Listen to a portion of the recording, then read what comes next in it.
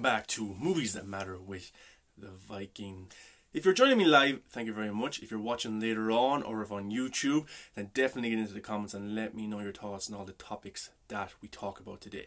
So basically what the Movies That Matter show is we talk about the latest movies that's coming out, trailers, TV, news that breaks, and anything related to the entertainment world.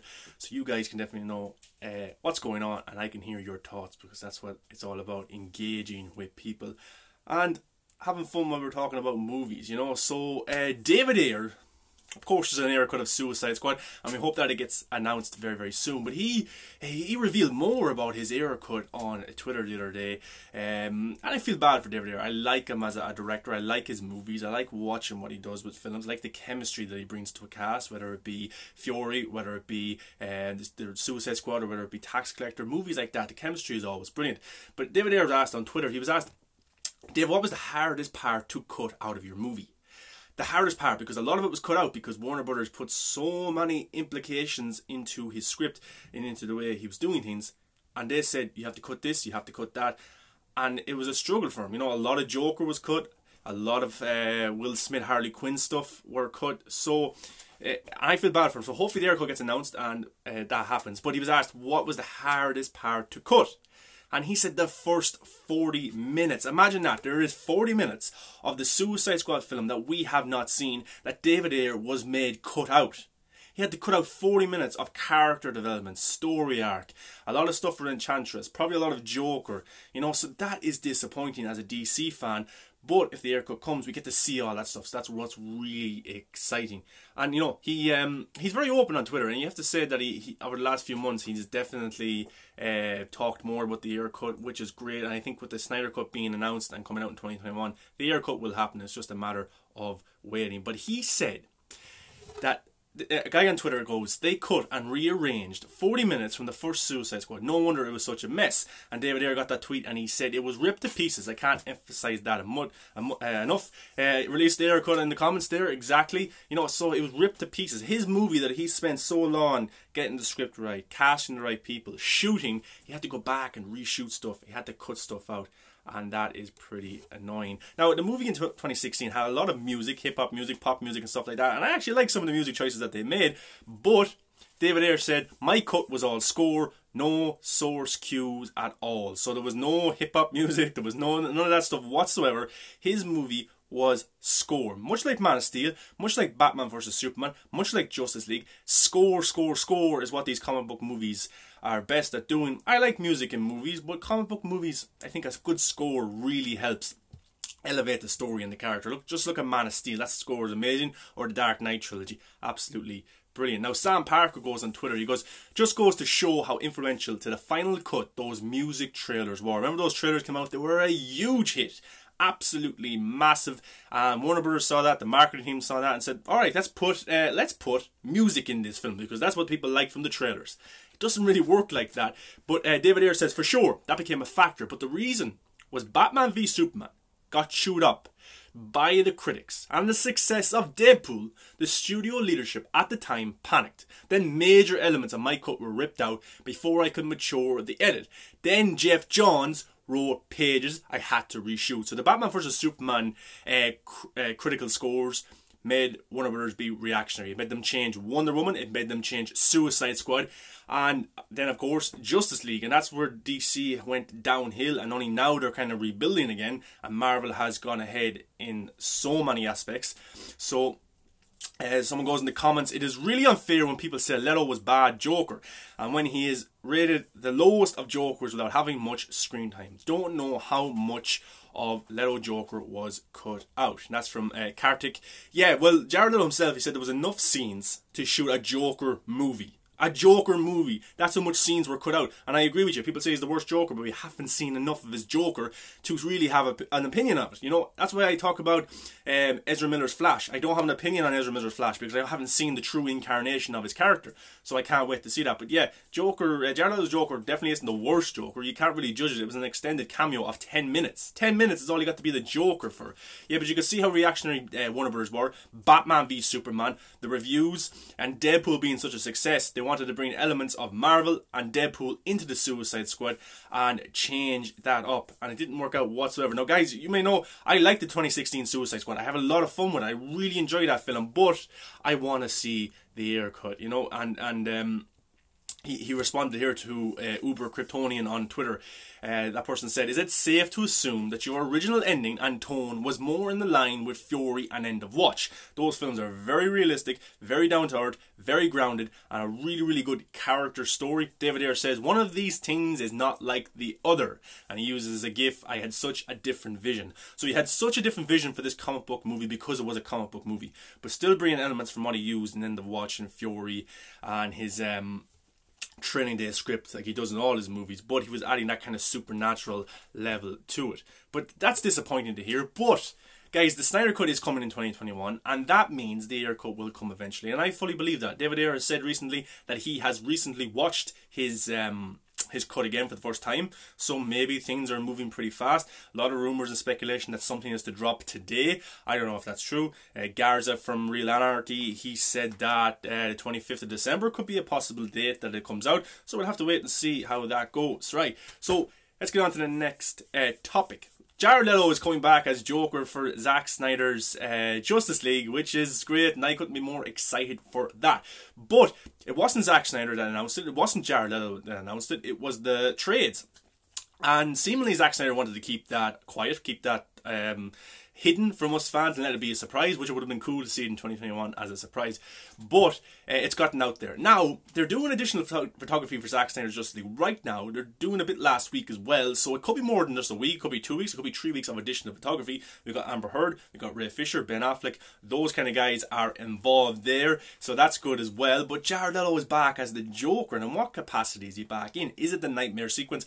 Probably. But Jared Leto does this a lot. I follow Jared Leto for a long time on social media. He posts kind of old pictures a lot. Sometimes when he has a clean shave and no hair, he will post pictures of him with long hair. And recently he's been doing the same thing. He's been posting pictures of him with the beard, the long hair, and people are like, well, he's supposed to be coming back as Joker. They're shooting him right now. Why isn't he clean shaven? Why isn't the hair gone?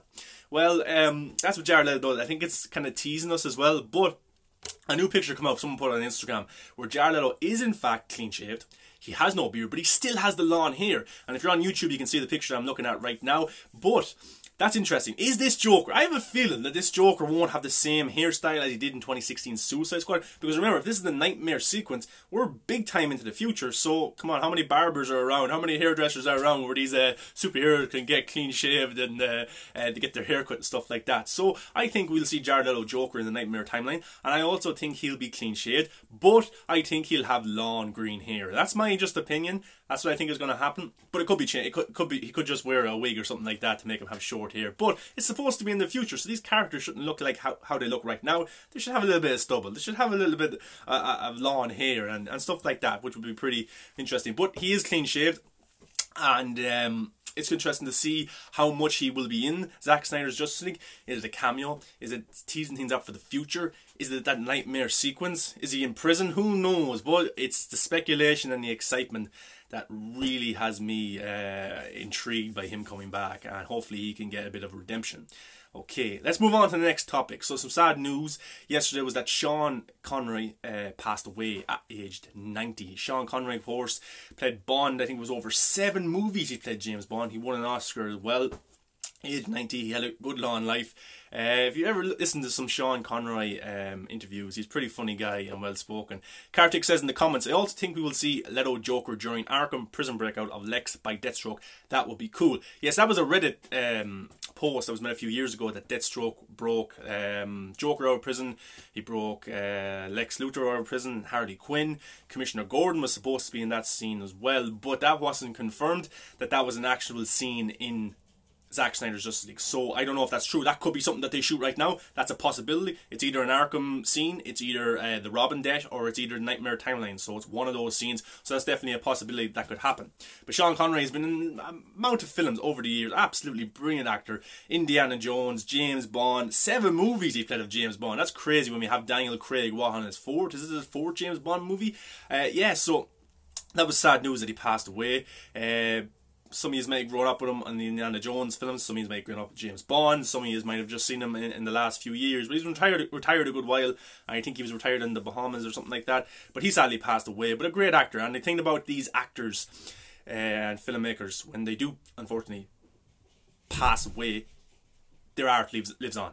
You know, their art, their movies, what they have done lives on for years and years to come, so we can enjoy them and watch them. Much like Chadwick Boseman, who passed away sadly as well, his art will live on and we get to enjoy it. Okay, next topic is a Halloween discussion. So yesterday was Halloween. I hope you guys had loads of candy, not too much candy now as well, because that's not too healthy, but I hope you had a good time and watched some good horror films or movies. I watched Halloween 1, Halloween 2, I watched The Shining. Halloween 1's a great horror film. A great horror film. And Halloween 2 isn't that good. DC Guardian in the comments says, thank you for so much starting the great moments, sir. Oh, no problem whatsoever. It took every single person for the Snyder Cut to happen. But I watched Halloween 1 and it's a really good film. Then I put on Halloween 2 and I'm like, man, this isn't as cool whatsoever. The suspense is kind of missing. That kind of... we had that relate value in the first movie to the characters, and then when they were introduced, but they were killed off fairly quickly. But in the second one, I just didn't really enjoy it as much. And I will watch 3. It's the first time I've actually seen 2. But 1 is a classic, and it's absolutely brilliant. And it lives up to the 2018 film as well. 2 great Michael Mayer films. But even the bad Michael Mayer films are good, because Michael Mayer is such an interesting character. And if you hear noise, that's my dog running up and down the hallway for some reason. But then I watched The Shining, probably the greatest horror movie of all time, and one of the greatest movies of all time. You know, The Shining is an absolutely brilliant film from Stanley Kubrick. Jack Nicholson's performance in that is absolutely crazy. He is crazy in that film. All the performances are great. It's a small cast. It's not that much of a budget either.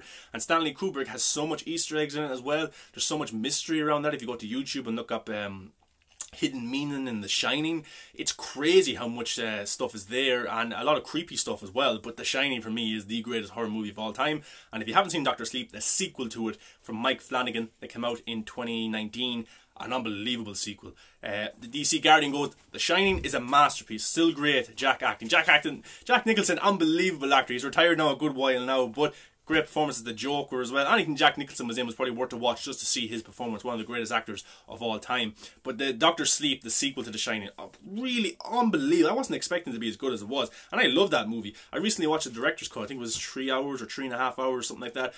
Unbelievable, really good. Ewan McGregor really did well, and Mike Flanagan, the director, a brilliant horror director.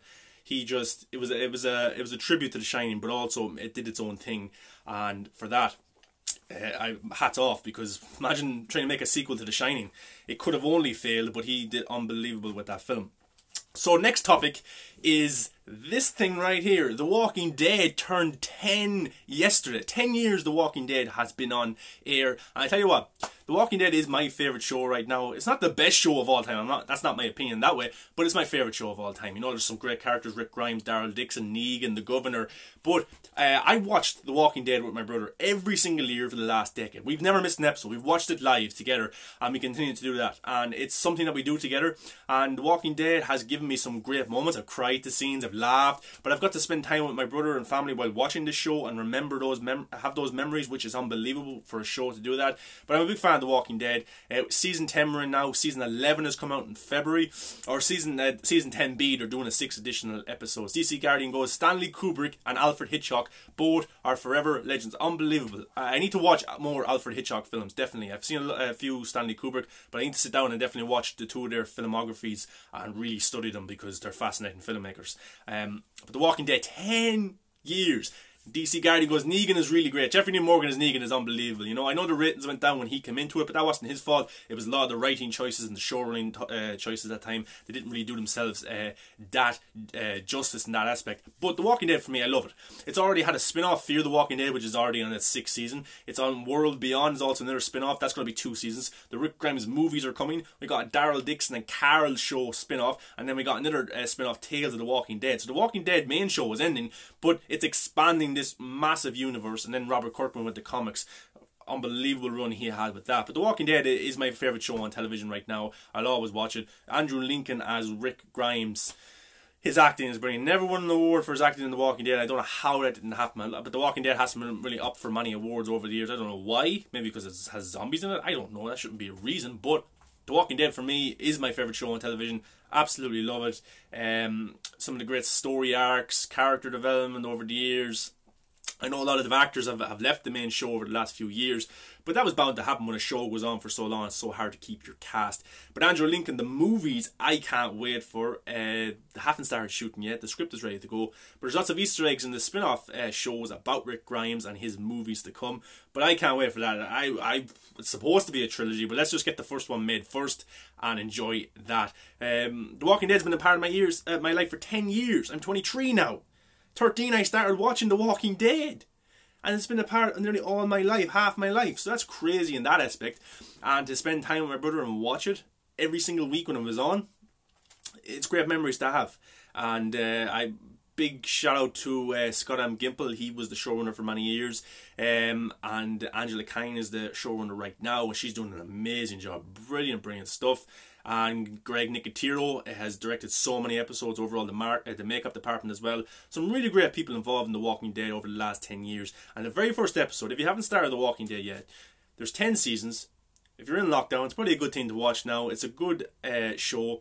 The first episode, Days Gone By, is an unbelievable episode. Great episode. But yeah, if you haven't checked out The Walking Dead, or let me know your thoughts if you have watched The Walking Dead, or if you've stopped watching The Walking Dead, because I know many people have stopped watching it. But let me know your thoughts in the comments below. What do you think of The Walking Dead turning 10 years? Okay, so let's go on to the next story, which is a little bit of a mess.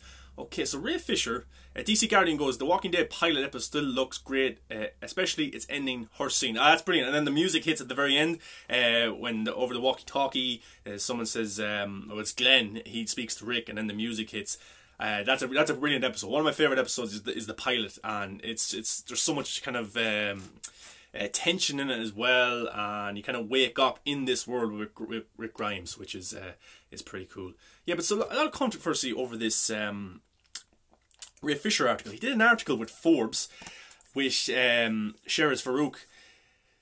So this article was calling out the racism, the bullying, and all those aspects that happened on the set of Justice League after Zack Snyder left.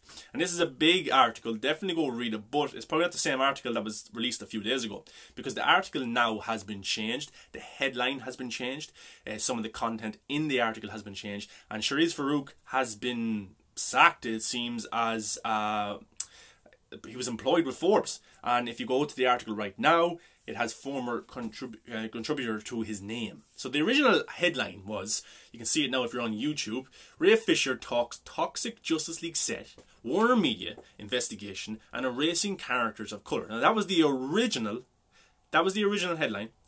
It was then changed because Josh Whedon's representation came out with a statement saying this is not true and stuff like that. So I'm guessing they might have threatened the Forbes, or Warner Brothers, or something in that aspect. Toby Emmerich was involved as well in the article, so that didn't go down too well, I'm sure. But the article was re-edited to Ray Fisher speaks out on toxic set and Warner Media investigation into Justice League production. So it leaves out the erasing characters of colour, you know.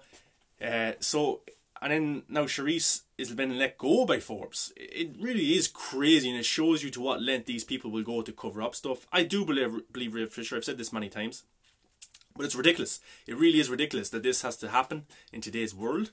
That racism, that people speaking out against racism, or sexism, or any of this stuff, and it's put down in this aspect.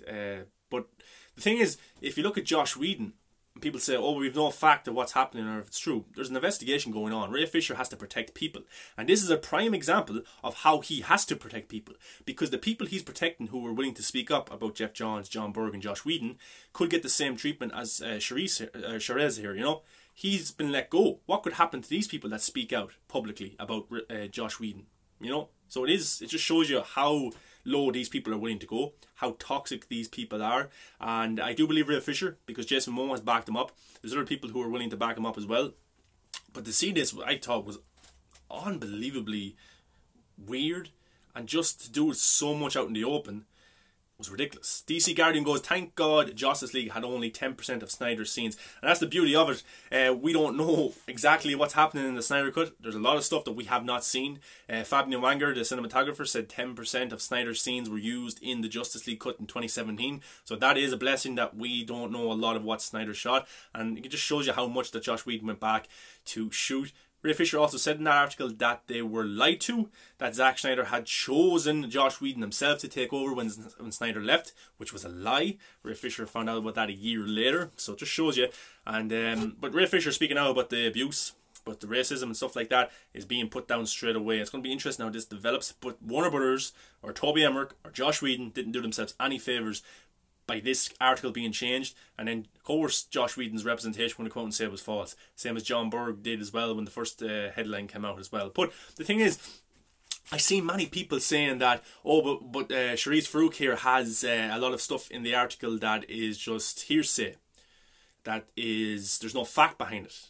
But that brings me back to the point of when Ray Fisher was tweeting about stuff in June or July and in August, and then articles were being made by multiple news sources about what he was saying, but they didn't have fact. They didn't have, that was just hearsay as well. They didn't have quotes from or certain circumstances to take it from. They ran them headlines as well, so what was the difference here? So pretty interesting and pretty shady to see all of that stuff going on. I hope that Farouk is okay. I've come across him on social media a lot. He's a good guy. I've read a lot of his articles got to do with the Snyder Cut. He's a very good writer, and it's a pity that that has gone in this direction, and I hope it gets resolved pretty soon. But he's a lot of people standing behind him. There was a hashtag I stand with Charisse Farouk on Twitter yesterday. So hopefully that continues, and hopefully, you know, it helps Ray Fisher's case a little bit more, I think. But hopefully things get resolved as quickly as possible. Now, let's get on to some other DC news. Now, Titans Season 3 is coming out in 2021 on HBO Max. I like Season 1, I like Season 2. I think Season 1's a little bit better. Season 2 is still good. But I'm really looking forward to Season 3, because a lot of rumours right now is that the Joker might be in Titans Season 3. And why is the Joker going to be in Titans Season 3? Well, they're doing the Red Hood storyline. Marvel Studios says, what's up? What's up, man? How are you doing? They're doing the Red Hood storyline. So the Red Hood storyline is the death in the family. It's where Robin is killed by the Joker, or would seem to be killed by the Joker, beaten by a crowbar. Fairly graphic. They might do that. It'll be pretty cool to see in live action. And so everyone thinks Robin's dead. Robin goes away. Then this mysterious Red Hood comes back, and it's Jason Todd. It's Robin. But the helmet artwork came out last week, or the full suit came out last week of what Red Hood is going to look like in Titans Season 3. I thought it looked pretty good. You know, it's very hard to do some of these costumes in live action form, but it looks good. But Curran Walters, I think is his name, the guy that plays, he plays Jason Todd in Titans. He released kind of a selfie of him in the helmet on his Instagram, and if you're on YouTube, you can see it here as well. He just said, Happy Halloween, hashtag Red Hood. And now here's the helmet. We get to see it. We don't get to see it fully from the side. We get to see kind of his head tilted, the white eyes, of course. It looks a little bit robotic, I will say that, but I don't hate it. I think it's intimidating, and I think to see it, we have to wait and see it in live action. Marvel Studios goes, I really hope they get a better writers for Red Hood. Yeah, there's a lot of criticism for the writers for Titans over the last few years. I will agree some of the season finales haven't been the best episodes. You know, I think they set up so much story. Their season premieres are pretty strong, but the premieres that they use probably should be the finale, you know, in the previous season. So that's kind of a critical thing I have towards Titans as well. But it's cool to see these characters in live action. Yeah, but so the writers, hopefully the writers can change. Look, if the writers from Fear the Walking Dead can give us an unbelievable season this year in Season 6, then I'm sure writers can change and come up with new ideas. And listen to constructive criticism from us fans. But the suit, look, the helmet looks pretty cool.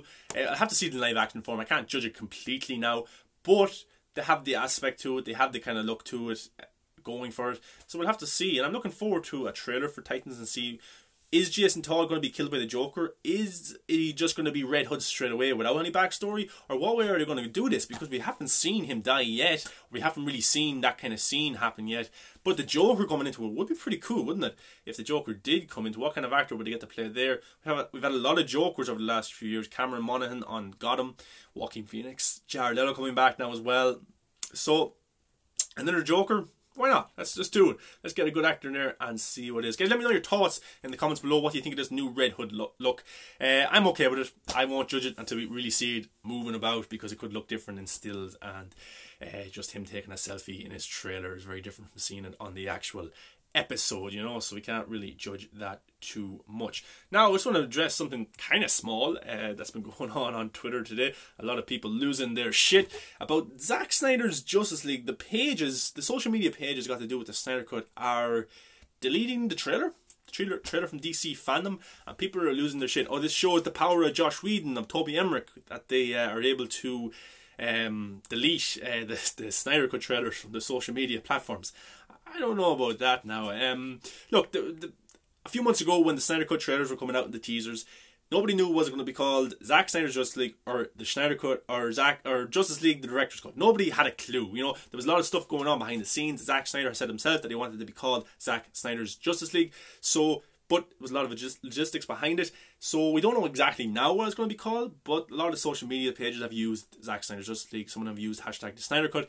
But Marvel Studios says, what are your thoughts on Jared Leto's Joker? I honestly find him really interesting. He's comic accurate, but Warner Brothers did him dirty. Yeah, I talked about it earlier on in the video on Marvel Studios. I think that we can't really judge a Joker because it was only an extended cameo of, 10 minutes, broken up. A lot of his scenes were deleted. He said there's enough for a Joker movie. That's how much scenes were cut from it. A lot of scenes with Harley Quinn, with Enchantress and things like that. So yeah, I think he's very interesting, and he's new. He's new. It's different from Heath Ledger. It's different from Joaquin Phoenix.